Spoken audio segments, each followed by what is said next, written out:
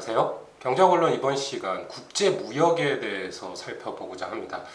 이제까지 우리가 살펴봤던 내용들, 그리고 모형이라고 하면 수요 공급 모형이죠. 수요 공급 모형을 바탕으로 우리 후생경제학적인 툴, 수요 소비자 액력, 생산자 액력을 통해서 무역이 어떤 효과를 가져오고, 그 다음에 이제 무역 정책이 그 무역 이후에 발생할 수 있는 어떤 후생의 증가분을 어떻게 감소시킬 수 있는지, 어떻게 경제 상황이 바뀌어가는지를 한번 살펴보는 시간이 되겠습니다. 이제까지의 분석은 우리가 그 클로즈드 이코노미라고 하는 폐쇄 경제 입장에서 우리가 살펴봤습니다. 우리 국가 내에서만, 어떤 시장 내에서만의 관계라면, 이제는 우리나라 내의 경제가 돌아가고 있고 외국에도 경제가 있습니다.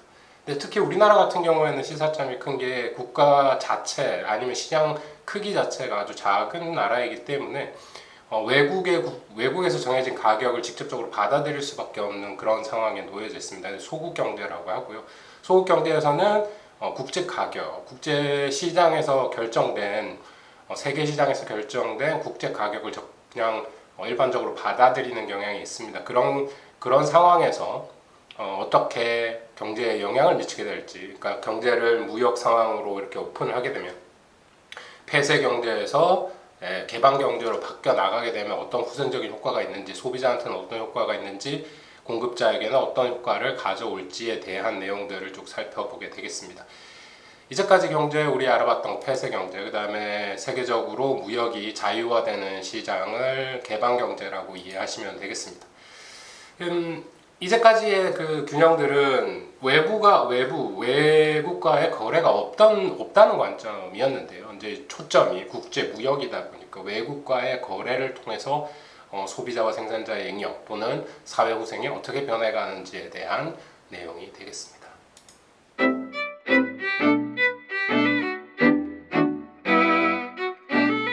그러면 이제 이런 질문들을 할 수 있어요. 우리 뭐 좀 오래된 얘기입니다. 그 국가들 간에 무역 협정을 맺죠. Free Trade Agreement (FTA라고) 줄로 불리는데요. 그러면 이제 미국과 한국, 한미 FTA가 아주 예전에 열렸을 때 어떤 문제가 있었습니까? 아주 첨예한 문제 중에 하나가 쌀 시장을 개방하느냐 마느냐에 대한 얘기였습니다. 그럼 쌀 시장을 개방할 때 농민들이 아주 극심하게 반대를 했는데요. 쌀의 생산자가 반대를 하게 되는 상황이죠. 그 이유는 어디에 있겠습니까? 미국에서 생산되는 싼 값의 쌀을 우리나라로 수입해옴으로써 발생할 수 있는 문제. 그럼 생산자 입장에서는 내가 국내에서는 비싼 가격에 쌀을 팔 수 있었는데 이제 시장의 개방됨을 통해 갖고 미국에서 싼 쌀이 사실 질도 그렇게 나쁘지 않습니다. 질 좋은 쌀도 많습니다. 그런 쌀이 들어왔을 때 낮은 가격의 거래됨을 통해서 자신이 생산한 쌀의 가격이 그냥 낮아지는 효과를 보게 되고요. 그러므로 인해 가지고 생산자의 후생, 생산자 잉여가 감소되는 현상을 보이는 것을 즉각적으로 사람들이 아는 겁니다. 그렇게 알고 상당히 극심하게 반대를 했습니다. 그런데 생각을 해보면 이런 문제가 있죠. 쌀 시장을 개방을 할까 말까, 개방을 하면 어떤 경제에 영향을 미치느냐. 그럼 생산자 입장에서 비싸게 쌀을 팔아먹을 수 있었던 그 농민들 입장에서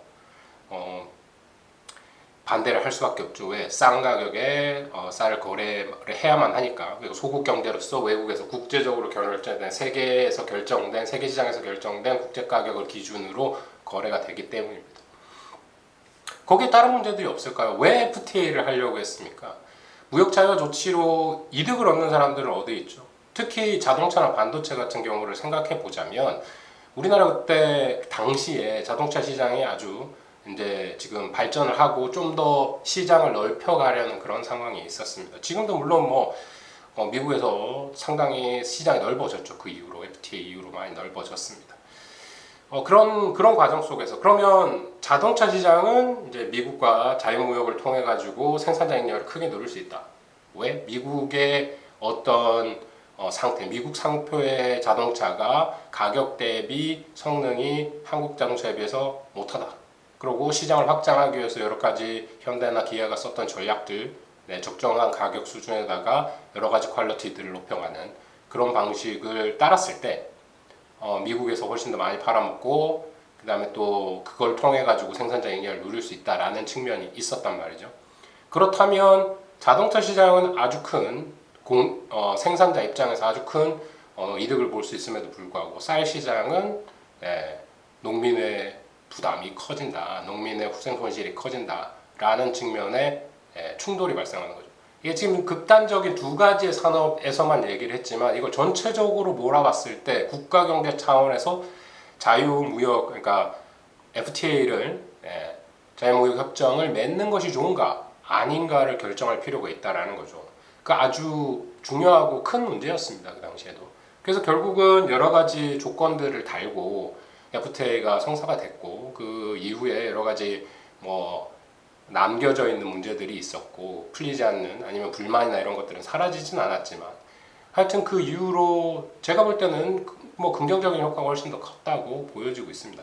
우리가 생산과 안원곡선을 통해서 바라봤던 것처럼 자유무역을 통해서 우리가 얻을 수 있는 것 쌍방간에 다 이득을 얻을 수 있습니다. 미국도 어떤 부분에 있어서는 많은 이익을 받겠죠.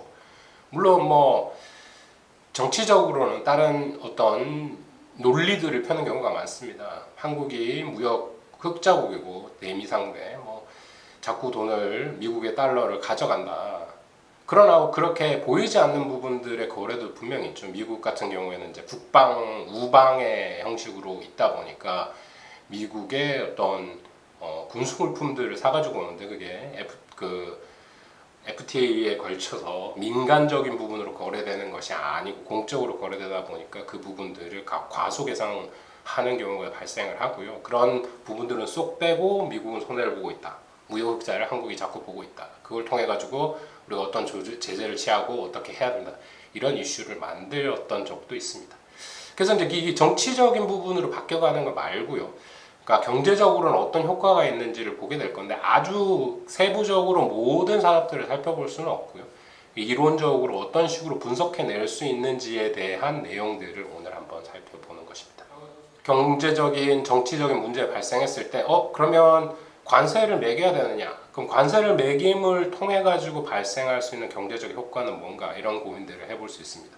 지금 중국과 미국의 무역 전쟁이 발생을 하고 그런 어떤 결과들이 나오고 각각의 관세가 있고 관세 또는 비관세 장벽이라고 하는 비관세 무역 장벽이라고 하는 여러 가지 또 다른 방법들이 있죠. 그러니까 미국 같은 경우에는 뭐 북한을 테러 집단으로 규정한다거나 아니면은 뭐 제약을 걸고 있죠. 북한과 직접적으로 교역을 하는 나라한테는 우리가 어떤 불이익을 주겠다. 이런 식의 어떤 정치적인 압력들을 넣고 있습니다. 뭐 거기에 따른 여러 가지 협상 도구들이 있죠. 북핵을 처분을 해야지 우리가 뭐 경제를 열어주겠다든가 그런 부분들을 전략 카드로 쓰는 경우도 있는데 우리는 그런 어떤 전략적인 부분들에 대해서 얘기를 하는 것이 아니라 이제 시장에 대한 얘기를 하는 거고요. 그런 현실적인 문제들을 바라볼 때 국제무역, 자유무역이라는 것이 주는 민간에 줄 수 있는 어떤 후생적인 효과, 그 다음에 관세를 부과했을 때 우리가 조세의 경제적 비용을 얘기했던 것처럼 관세를 부과한다면 우리가 얘기하는 무역의 이익, 무역을 통한 쌍방간의 이익의 어떤 후생증대 효과가 어떻게 감소되는지, 어떤 부분이 사라지는지에 대한 내용까지 한번 살펴보도록 하겠습니다. 자, 우리가 지금 오늘 살펴볼 거는 시장별로 살펴보는 겁니다. 그래서 이전에 우리가 PPF 생산과 안원곡선으로 바라봤을 땐 두 가지 상품을 바라봤었는데요. 근데 지금은 이제 하나의 상품만, 하나의 산업만을 바라보고 있는 거라서 조금 다릅니다. 그 바라보는 관점이요. 근데 이제 한 시장에만 초점이 맞춰져 있다라는 거를 아셔야 되고, 근데 이제 무역이라는 거는 왜 발생하게 됐느냐라는 거죠. 각각의 많은 산업들이 있을 텐데 어떤 산업은 우리가 수출을 하고 어떤 산업에서 생산한 물건들을 수입을 하게 되느냐. 그러면 이제 그게 비교 우위에 의해서 결정이 됩니다. 그럼 비교 우위의 이면적인 측면을 한 번 더 고민해 봐야 될 필요가 있는데 그 부분이 뭐냐? 한계 비용입니다. 비용. 생산을 하는데 얼마나 많은 비용이 드냐. 그게 또 상품 대 상품으로 비교를 한다면 기회비용이 되겠죠. 이거를 생산하는 대신에 다른 걸 생산할 때 얼마나 많은 비용을 들여야 되느냐. 거기에 합리적인 어떤 효율적인 결정을 내린 다음에 국가 간의 어떤 구조가 있는데 그 구조를 살펴보니까 이런 방향으로 수입 수출을 하는 것이 더 효율적이다라고 했을 때 수입과 수출이 이루어지는 겁니다. 그럼 그 부분에 비교 우위가 어떤 식으로 나타나느냐라는 거죠. 세계에 아주 많은 나라들이 있습니다. 그 PPF를 바라보고 무역의 교역의 이익에 대해서 우리가 논의를 할 때 두 국가였고 두 산업밖에 없었죠. 이제는 아주 많은 국가들이 있고 아주 많은 산업들이 있습니다. 그거를 PPF를 통해서 우리 분석을 할 수 없죠. 2차원적으로 우리가 두 가지의 상품, 두 가지의 국가, 그러니까 네 가지 경우가 있는 거죠. 네 가지 경우의 패턴을 우리가 경우의 수를 생각해 볼 수 있습니다. 근데 국가가 많아지고 상품이 많아지면 경우의 수가 엄청나게 증가하는 현상이 벌어질 수 있습니다. 그럼 그거를 아주 간단하게 우리가 다시 한번 생각해 보는 거. 그럼 본질적인 무역의 원인이 어디에, 수출과 수입의 원인이 어디에 있느냐라는 거죠. 이렇게 수많은 국가와 수많은 상품이 존재할 때 무역의 패턴이 어떻게 결정되는지에 대한 문제는 또 본질적으로 고민해 볼 필요가 있는 부분이 있고, 그 부분을 곰곰이 생각해 보면 이런 겁니다. 국제 시장에서, 세계적인 시장에서 거래되고 있는 균형 가격이 국내의 시장에서 거래되어 있는 균형 가격보다 낮다면 수입을 하고 높다면 수출하면 됩니다. 그렇죠? 밖에 아주 큰 시장이 있습니다. 우리는 조그마한 하나의 국가에 있는 거고요. 그럼 이 국가에 있는 하나의 경제 주체, 이제 이 경제 주체 하나의 국가, 우리나라 안에는 소비자도 있고 생산자도 있고 정부도 있고 이렇지만, 이거 하나의 플레이어 또는 하나의 경제 주체로 바라봤을 때 외국의 어떤 가격들이 거래되고 있어요. 나는 생산도 하고 소비도 할 수 있어요. 외국에 있는 물건이 우리나라 국가 내에서 거래되는 물건보다 싸다면 수입해 와서 우리가 사용을 하고, 비싸다면 우리 거 만들어가지고 팔면 됩니다. 국제시장은 아주 크기 때문에, 세계시장이 아주 넓고 크기 때문에 완전 경쟁적인 어떤 상황이라고 가정할 수가 있습니다. 어떤 산업은 그렇지 않죠. 세계적으로 독점이 가능한 산업 또는 과점적인 산업들이 있을 수 있습니다.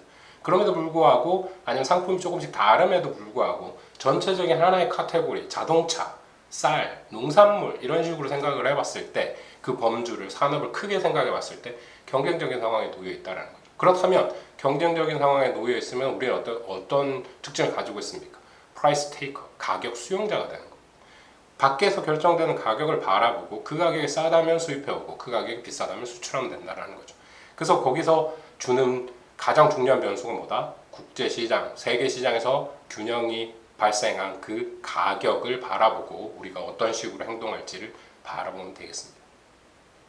그래서 이게 이제 그 국가 수도 많고 상품 수도 많고, 그러니까 2x2였던 상품 두 가지 국가를 분석할 때 그렇게 썼지만, 이제 그렇게 생각하는 게 안 되니까 우리는 하나의 조그만 소국 경제고, 외국에서 아니면 세계에서 결정되는 상황을 보고 우리가 거기에 맞춰서 전략을 짜고 거기에 따라 수입과 수출을 하는 걸 통해 가지고 우리나라의 사회후생을 증대시킬 수 있다라는 겁니다. 그런 패턴으로 생각해 본다면 생각보다 그렇게 복잡하다거나 어려운 문제는 아니죠. 그렇게 이제 하나하나의 산업들을 우리가 바라보게 될 거예요.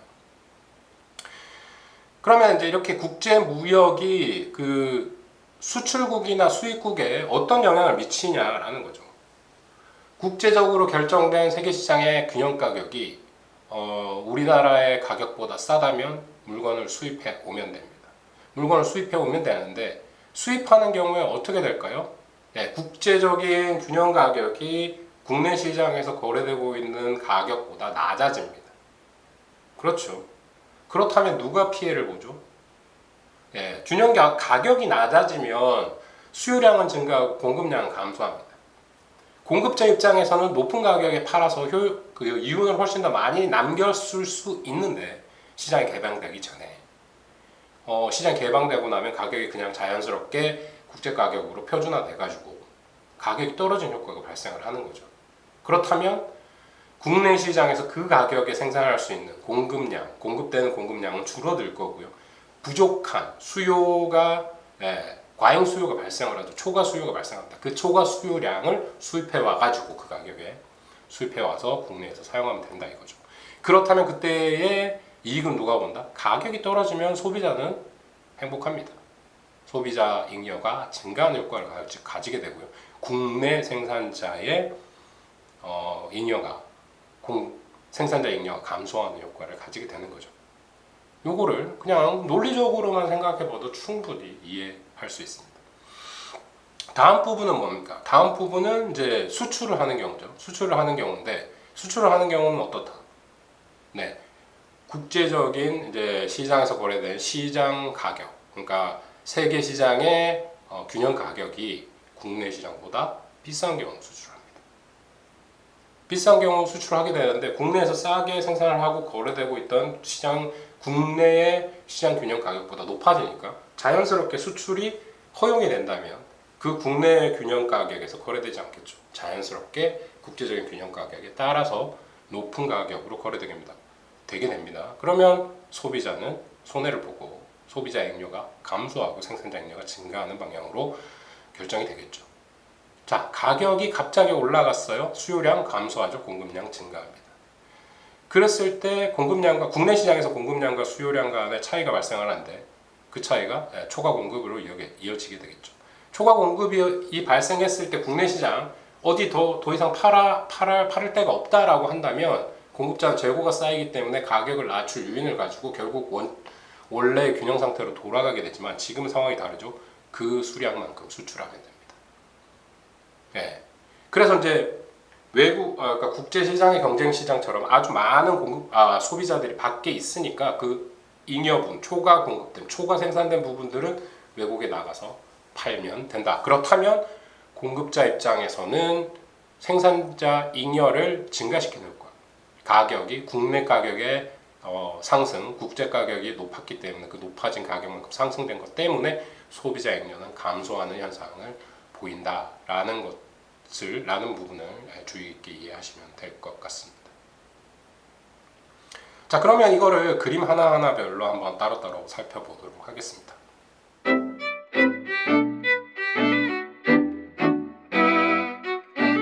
자, 첫 번째로 바라볼 그림은 여기 P스타가 원래 국내 시장의 균형 가격이라고 생각하시면 되겠습니다. 국내 시장의 균형 가격이 P스타였는데 PW가 월드 프라이스예요. 그러니까 국제 시장의 균형 가격입니다. 이 국제 시장의 균형 가격이 PW가 P스타보다 크죠. 이 경우 어떻게 하면 되겠습니까? 네, 수출국이 됩니다. 수출국. 네, 각 국제 가격이 더 높으니까 우리 시장에 나가가지고 물건을 팔면 되겠어요. 수출국이 되는 경우에 이제 소비자 잉여, 생산자 잉여를 한번 각각을 구해보자라는 거죠.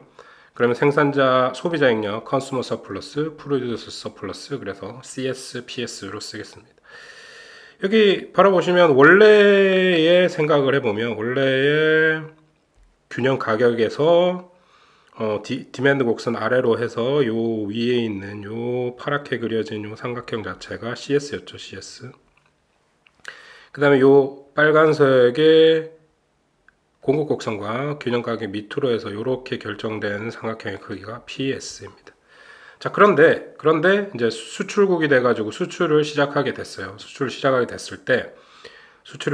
된 경우에는 이제 어떻게 변해가느냐? PS가 이게 지금 가격이 요 수준에서 결정이 된 거죠. 요 수준에서 결정이 됐습니다.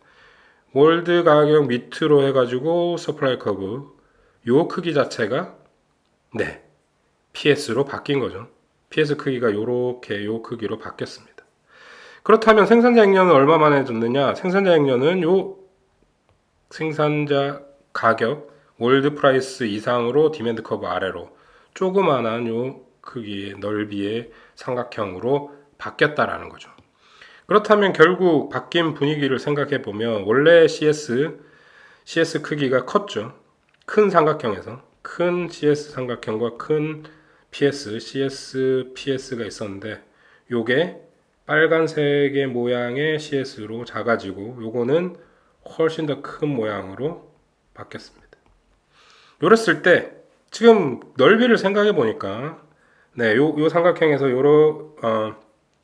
그려보면 요 삼각형에서 이렇게 그려진 크기까지가 원래의 모양이었죠. 이렇게 다시 그려진 모양. 요게 원래 이제 CS와 PS를 합친 모양이고 여기에 추가적으로 요 삼각형 크기만큼의 잉여가 자유무역을 통해서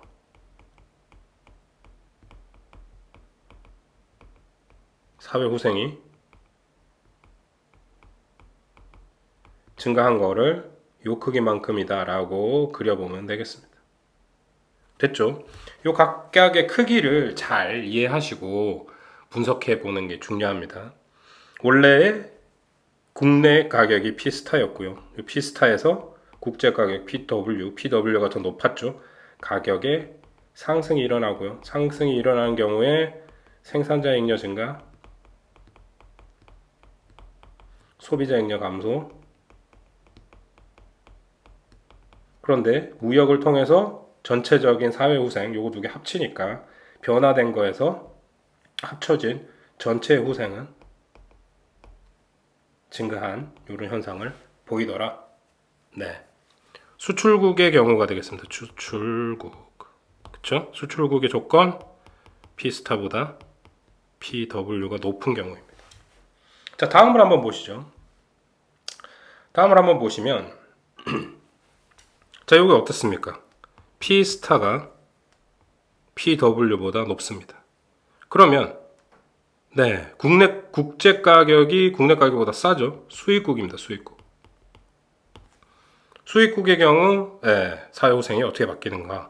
원래 요거 CS였고 요 밑으로 PS였죠. 요 가격을 기준으로요. 전체적인 사회후생 요 삼각형 녹색 선과 요 뭐 살색 선 안에 결정된 삼각형이 전체 후생이 되겠습니다. 그런데 이제는 바뀌었죠. 요렇게 국제 가격이 결정되는 나머지 요 크기의 CS, 요 크기의 PS가 결정됐죠. 자, 전체적으로 살펴봤을 때 사회후생의 증가, 소셜 웰페어 증가분, 네, 요 부분을 이렇게 그려볼 수 있겠습니다. 그럼 요약을 해보자면 수입국의 경우에 국제 가격이 낮기 때문에 국내 시장 가격이 PW로 감소하게 되죠. PW로 감소하게 되고요. 국내 시장에서 거래되는 가격이 감소하다 보니까 소비자 잉여 증가하고요. 생산자 잉여 감소합니다. 그렇죠? 그러나 요거 다 합한 그럼에도 불구하고 사회 후생은 증가한다. 요 크기만큼요. 다시 한번 강조하자면 요 크기만큼 사회 후생이 증가했습니다. 교역을 통해서. 그럼 여기서 이제 한 가지 더 우리가 고려해 봐야 될 거는 얼마만큼이 수입량이냐라는 거죠. 자, 가격이 PW로 떨어져 가지고 국내 시장에 국내 공급자죠. 국내 공급자의 공급량은 요 크기만큼 QD라고 쓰겠습니다. 요 크기밖에 자기가 요 양밖에 생산을 안 할 거예요. 그렇다면 소비자들은 이 가격에서 요까지 수요량이 이렇게 높습니다. 초과 수요가 발생하는데 초과 수요 발생만큼 QW라고 할게요. 아니면 애프터 트레이드라고 해서 W라고 하겠습니다. 요 크기만큼이 수입이 되는 겁니다. M. 수입의 크기는 요거에서 요거 사이. 요 크기입니다. 수입의 크기. 앞에로 잠깐 돌아가서 수출량이 얼마가 되느냐? 자, 이 높아진 월드 프라이스에서 소비자는 가격이 높다 보니까 국내 소비자는 여기까지밖에 수요량이 여기에 결정될 거예요. 그런데 가격이 높다 보니까 공급량은 여기서 결정이 됩니다. 그러면 요 크기만큼 수출이 된다. 수출량을 이 정도 크기라고 이해하시면 되겠습니다. 그래서 수출과 수입이 발생했을 때의 차이를 우리가 한번 쭉 살펴봤고요. 추가적으로 한번 생각해 볼 거는 이제 관세에 대한 내용입니다. 관세.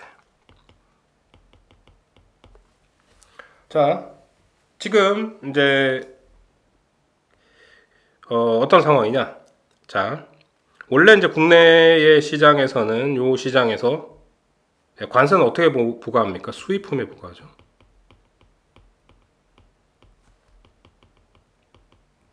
자, 이건 무슨 말입니까? 우리 수입국이라는 얘기죠. 그럼 원래의 가격, 국내 가격은 여기에서 요 수준에서 결정이 돼 있었을 겁니다. 그렇죠? 요 수준에서 먼저 결정이 돼 있었을 거예요. 그런데 이제는 국제 가격이 P스타에서 결정이 돼 있습니다. 피스타에서 결정이 되어 있어가지고 요만큼을 우리가 수입을 하고 있었습니다. 요 크기만큼 수입을 하고 있었어요. 그래서 이 상황에서 이제 정부가 어떤 이유 때문이든지 간에 관세를 부과하기로 했습니다. 그럼 관세 부과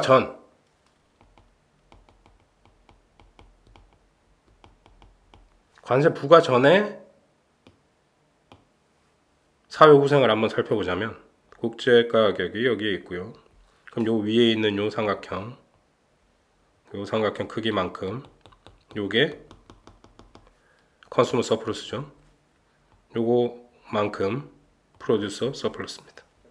이해되시죠? 아까 금방 했던 내용입니다. 자, 요 내용이에요. 요 내용. 그렇다면 요 상황에서 우리가 바뀔 것은 뭐냐? 싹 지우고. 자, 관세 부과 전에는 요 내용을 한번 보겠습니다. 요 A, B, C, D, E 이를 다시 쓸게요. 크기를 각각 나눴습니다. E, F, G 요 비어있는 공간 하나하나를 이름으로 제가 썼어요. 그러면 관세 부과 전에 CS, 컨슈머 서플러스는 얼마죠? A 플러스 B 플러스 D 플러스 E 플러스 F 플러스 G죠. 각각을 나눴습니다. 프로듀스 서플러스는 얼마죠? C입니다. 그렇죠? 요 크기 다 합쳐가지고 요게 다 사회후생입니다. 요거 다 합치면 소셜 웰페어라고 해서 요거 다 합친 거 A, B, C, D, E, F, G까지 다 관세 부과 전에 발생할 수 있는 사회후생이죠. 그럼 여기서 관세를 부과했습니다. 관세 T를 부과했어요. 그럼 가격이 P 플러스 T, P 스타 플러스 T가 되겠지만 이렇게 올라갔습니다. 이제 가격이 이렇게 올라갔어요. 이렇게 올라가면 자, 컨슈머 서플러스부터 보겠습니다. 컨슈머 서플러스는 A 플러스 D로 바뀌겠죠. 요 P 플러스 T 이상 녹색 수요 곡선 이하. 그 다음에 프로듀스 서플러스 생산자 잉여는 B 플러스 C입니다. 됐나요? 자, 이제 관세 부과 후에는 어떻게 되느냐? 요 가격에서 거래가 되겠죠. 자, 요 가격에서 수요량 요 크기. 생산량, 국내 생산량은 요만큼. 국내에선 요만큼, 요 크기만큼 여기서부터 원점에서 여기까지 국내 생산으로 공급되고요. 거래되고요.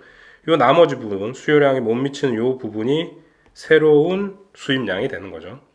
예, 수입량을 왜 따지느냐? 수입량이 있어야지 관세 T를 MT만큼 요 새로운 수입량에다가 관세 T만큼의 관세가 부과될 겁니다. 그럼 이거 관세 수입이죠. 관세 수입은 크기가 어떻게 된다? F. 자, 요거 많이 지금 관세 부과 후에 소셜 웰페어라고 볼 수 있습니다. 소셜 웰페어 관세 부과 후 소셜 웰페어는 A 플러스 B 플러스 C 플러스 D 플러스 F죠. 자, 관세 부과 전에는 A, B, C, D, E, F, G까지가 관세 부과 전이었습니다. 그쵸? 그러면 소셜 웰페어 원래 관세 부과 전에 소셜 웰페어하고 요거 차이를 보니까 요거 두 개를 빼보니까 A, B, C, D, E, F, G까지 하고 A, B, C, D, E, F, G E와 G가 빠져있죠. 자, 어디 부분입니까? 요 부분이네요. 자, 관세 부과를 통해 가지고 경제적 비용이 발생했는데 그 크기가 E와 G 부분이다. E와 G 부분이 후생의 손실 부분이다. 이렇게 이해하시면 되겠습니다. 그래서 관세를 통한 경제적 비용은 E와 G 부분이다라는 거를 잘 이해하시면 되겠어요. 그러니까 특별한 이유는 이제 자유무역이 발생하고 난 다음에 국가가 관세를 부과하면 후생 손실을 경제적 비용을 지불할 수밖에 없다. 우리가 경쟁 시장에서 조세를 부과했을 때도 사회후생 손실을 가지고 왔죠. 경제적 순손실을 가지고 왔습니다. 경제적 비용을 지불해야만 했습니다. 여기도 마찬가지다라는 것을 이 그림에서 보여주고 있습니다.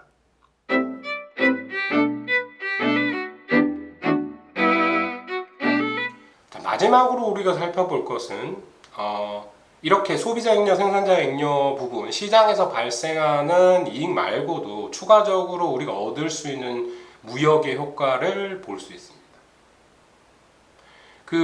또 다른 이익 부분을 한번 고민해 볼 필요가 있는데요. 그 다른 이익들은 조금 추가적으로 이제 시너지 효과처럼 발생을 하는 겁니다. 교역이 발생을 통해 가지고 어떤 기회가 생기느냐? 소비자에게는 아주 다양한 물건들, 다양한 퀄리티, 다양한 품질, 다양한 어떤 특성을 가진 물건들을 고를 수 있는 그런 기회가 발생을 하는 거죠.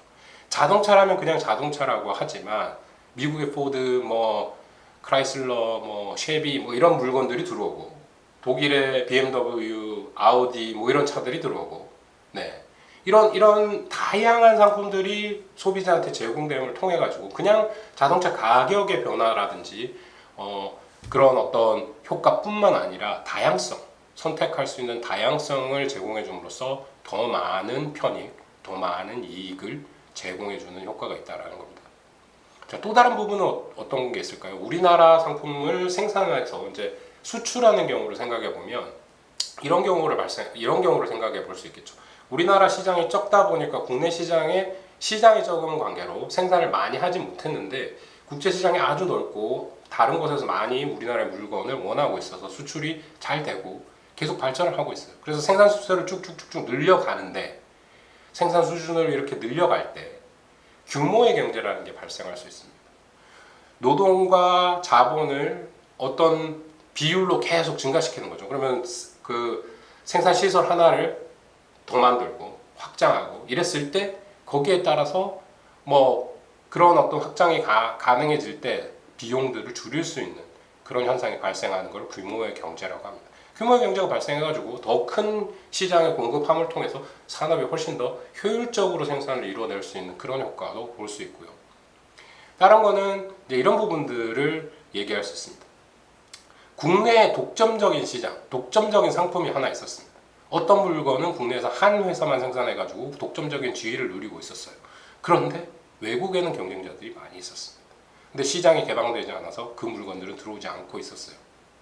자연스럽게 독점적인 이익이 소비자한테 더 편익을 줄 수 있는, 경쟁을 촉진할 수 있는 방향으로 무역이라는 게 효과를 가져올 수 있다는 겁니다. 국내에서 정부가 독점 기업을 길들이기 위해서 세금을 부과한다거나 여러 가지 규제를 실시하게 되면요, 그 시장에서 독점 기업이 가지고 있는 경제적인 파워, 시장 지배력이 있기 때문에 악효과만 더 나타나게 됩니다.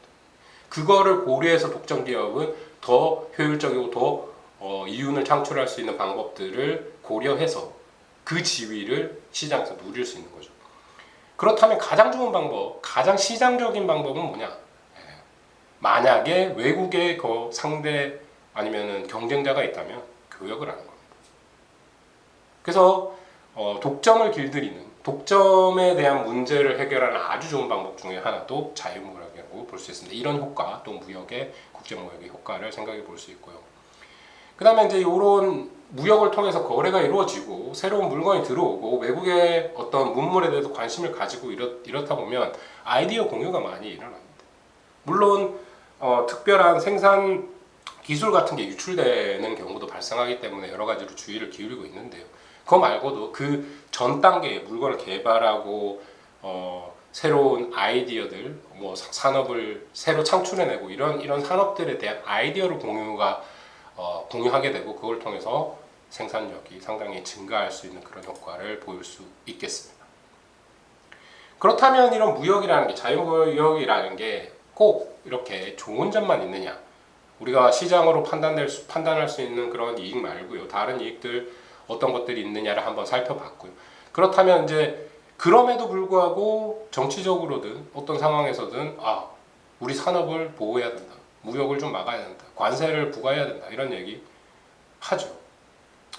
그런 어떤 논리가 어디에 있느냐 한번 살펴보겠습니다. 자, 첫 번째로 가장 큰 문제, 자유무역을 허용하게 되면 발생하는 문제가 국내 생산자의 피해가 발생한다는 거죠. 그럼 그 생산자 입장에서 아주 자유무역을 반대하게 됩니다. 그렇죠? 그 내용을 바탕으로 한번 생각을 해본다면요. 첫 번째로 이런 얘기를 해볼 수 있습니다. 어떤 상품에 대한 시장이 개방됐어요. 그렇다면 생산량이 줄어들 수 있겠죠. 수입을 하게 되면 국내 생산자의 생산량이 줄어들게 됩니다. 그러면 그 업종에 종사했던 사람이 일자리를 잃게 되죠. 실업이 발생합니다. 네, 그 실업이 발생하게 되면 그 사람이 일했던 장소에서 다른 장소로 이직을 해야 되는데 이직이라는 거, 그 다음에 가지고 있던 어떤 기술이라던 게 즉각적으로 바뀌어서 다른 산업에 쓰여지기가 어렵기 때문에 재교육을 하거나 재취업을 하는데 어려움들이 발생을 하게 되죠. 그 노동시장에 영향을 주게 되고요. 다른 부분은 그때 이제 그 한미 FTA에서 쌀 시장 얘기할 때 이런 논리를 주장한 적이 있습니다. 예, 국가 안보에 대한 얘기다. 쌀은 우리의 주식이다. 우리의 주권을 뺏기는 거다. 미국이 갑자기 이렇게 수출을 하다가 어느 순간 우리는 쌀 수출을 안 해 이랬을 때 우리 국민들은 쌀을 안 먹고 살 수 있냐? 이런 내용들을 얘기를 하는 거죠. 근데 뭐 국제 무역 상황에서 바라본다면 뭐 쌀을 생산하는 나라가 미국만 있는 것도 아니고 그때 미국의 가격이 뭐 최저 가격이다 뭐 이것도 사실은 알 수 없고요. 상황이 바뀌면 한 국가와의 거래가 잘못되는 경우에 다른 국가와의 어떤 해결 방법을 충분히 모색할 수 있다라는 측면에서는 좀 부족한 논리가 아닌가 생각해 볼 수 있습니다. 그런데 특별히 다른 산업들 같은 경우에 문제가 발생할 수도 있죠. 국가 안보에 직접적으로 영향을 미치는 국방이라던가 어떤 기술력이 압축된 산업들을 수출을 자꾸 함을 통해서 그 기술들이 조금씩 빠져나가고 그 기술 수준을 상대방의 국가들이 카피를 빨리 해가지고 빨리 따라잡을 수 있는 그런 상황도 발생할 수 있기 때문에 전략적인 관점에서 볼 때 좀 고민을 해봐야 되는 부분들도 있다라는 말씀을 드릴 수 있겠습니다. 다음 부분은 뭐냐면요. 우리가 이 산업을 보호해야 돼. 왜? 우리가 장기적인 경제 발전의 어떤 계획을 가지고 있는 경우를 말하는 거죠. 그렇다면 우리가 1970년대, 80년대 경제 성장을 빨리 할 때에 어떤 성장할 때에 우리의 포지셔닝, 우리의 위치라는 것들이 이렇습니다. 유치산업 보호론이죠. 그때 우리가 보호하지 않았다면 지금 이 순간에 철강, 조선, 자동차, 반도체 이런 산업들은 없었습니다.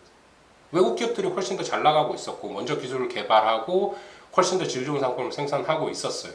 그때 그냥 우리가 시장을 개방하고 계속 노력하지 않았다면, 개발하지 않았다면, 발전하지 않았다면 지금의 상황이 올 수 없습니다. 가전도 그때 그랬죠. 근데 그 시절에 비교해 본다면 일본이 거의 모든 걸 다 가지고 있었던 때입니다. 반도체도 그렇고 가전도 그렇고 자동차도 그때 이제 미국과 경쟁해가지고 토요타나 혼다가 아주 지금까지 강세를 가지고 있는 부분들이 있습니다. 그래서 이제 그런 부분들로 이제 장기적인 관점에서 바라봤을 때 우리나라의 유치 산업을 보호해서 산업을 발전시키고 그 산업이 결국은 세계에서 교과 경쟁력을 가질 수 있게끔 만들어 놔야 된다. 그런 측면에서의 보호무역 옹호하는 관점의 논리가 있을 수 있습니다. 근데 미래는 정말 예측을 잘 할 수가 없기 때문에 심지어 우리가 보호를 했더라도 그만큼 빨리 발전을 한다거나 기술 수준 습득이 늦다거나 핵심 기술을 우리가 개발 또는 이렇게 만들어내지 못하는 경우에는 문제가 발생할 수 있겠죠. 그러나 이제 다른 여타 이런 역사적인 관점을 봤을 때 우리 나라 입장에서는 그러니까 유치산업 보호 측면을 아주 잘 관리를 해서 지금까지 잘 흘러오고 있다 이렇게 이해하시면 될 것 같고요. 다른 마지막 부분 한 가지 더 언급하고 싶은 거는 불공정 거래입니다. 그러니까 국가마다 다른 어떤 관습이라든지 산업 체계를 가지고 있어요. 하나의 예를 들자면 이런 게 있습니다. 미국 같은 경우에 그러니까 농업 같은 경우도 미국의 농민들은 아주 부농들이 많습니다. 한국과 비교해 봤을 때 상대적으로요. 넓은 토지를 소유하고 기계로 농작을 합니다. 그렇죠? 그냥 우리나라처럼 노동집약적인 농산물 생산 시스템이 아니다라는 거죠. 그렇다면 걔네들이 생각하는 입장에서 우리나라의 생산 환경이 불합리하다라고 주장합니다. 어떤 부분이냐? 우리는 분명히 저소득층이라고 생각해서 농민 장려하는 정책들이 많죠. 농어촌 지원 정책들이 여러 가지 측면으로 구성되어 있습니다. 그런데 미국 입장에서 볼 때 그거 야 니네 농산물 생산하는 농업에 대한 불공정 거래를 만들고 있는 거 아니냐라는 거죠. 엄청나게 보조금을 주고 있다 농민들에게. 그럴 수 있느냐? 국가가 생산하는 거 아니냐? 국가가 그렇게 관리하면 되느냐? 이거 공정하게 가격 경쟁을 하는 거 아니다 라고 불평할 수 있는 거죠. 그렇게 이제 과안이 이제까지 이제 핵심적으로 경제 발전을 주도하는 입장에서 정부가 역할을 해왔기 때문에 여러 가지 편익들, 그 다음에 유치 산업을 발전시키기 위해서 해놨던 제도적인 장치들이 많이 있습니다. 그런 부분들을 하나하나 외국에 있는 산업에서는 비판할 수 있는 거죠. 불공정 거래. 이런 이제 우리나라뿐만 아니라 각 국가의 어떤 경제 구조라든지 산업 구조 또는 이제까지 흘러왔던 사회 전반적인 계층 구조 그런 부분들에 대해서 여러 가지 특수성들이 있기 때문에 나타날 수 있는 문제가 있고요. 실질적으로 완전히 경쟁적인 경쟁을 하고 있는 경우가 드물다. 그래서 그 꼬투리를 잡아서 무역 협상하는 카드로 여러 가지 방법들로 쓰고 있습니다. 그래서 이제 주로 자동차와 농업 협상을 할 때 많은 얘기들이 오와 갔고요. 그걸 통해서 이제 결국은 이제 결정적인 협상이 이루어졌습니다만은 그런 어떤 카드들로 쓰는 이유들이 있습니다. 그래서 이제 이 협상적인 전략, 협상 전략으로서 이런 보호무역을 쓰는 경우가 많고요. 그럼 그거는 멀리 보지 않아도 북한과의 관계를 보면 알 수 있죠. 미국과 북한. 먼저 시장부터 열자. 경제 제재를 풀어달라. 먼저 선결 조건으로 핵을 없애라. 이런 이제 논리들, 싸움들, 협상들이 오가는 경우들을 예로 들 수 있겠습니다. 정치라는 게 이런 거죠. 협상하고 하나 주고 하나 받고 이런 기브 앤 테이크로 하게 되니까 결국 그 카드를 이용하기 위해서 경제적인 부분들도 쓰여지고 있다라는 부분을 무시할 수가 없습니다. 이런 부분 이제 추가적으로 언급할 부분이고요.